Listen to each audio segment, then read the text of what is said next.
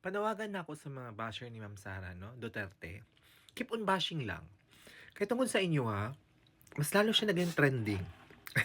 Lalo na karon na nag-announce siya ng bulagan siya pagka-presidente, daghan ginagawas ako mga FYP.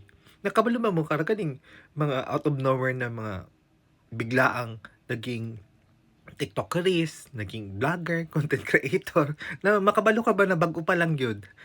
Bago pa lang gyud kayo siya naga-vlog, naga-content sila. Kay gagmay pa kayo sa mga followers of subscribers. But then, ang ilang mga content about kay Sara Duterte. Magkatawa lang ko. Makatawa ka na malagot sa ila ha. Ambot lang, siguro nakisabay sila kay trending si Ma'am Sara. Kaya, siyempre, ginabuhatan na nag-content para po sila.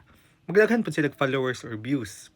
But then again, ako ang gitanaw ilang mga profile, kalvoy pud oy.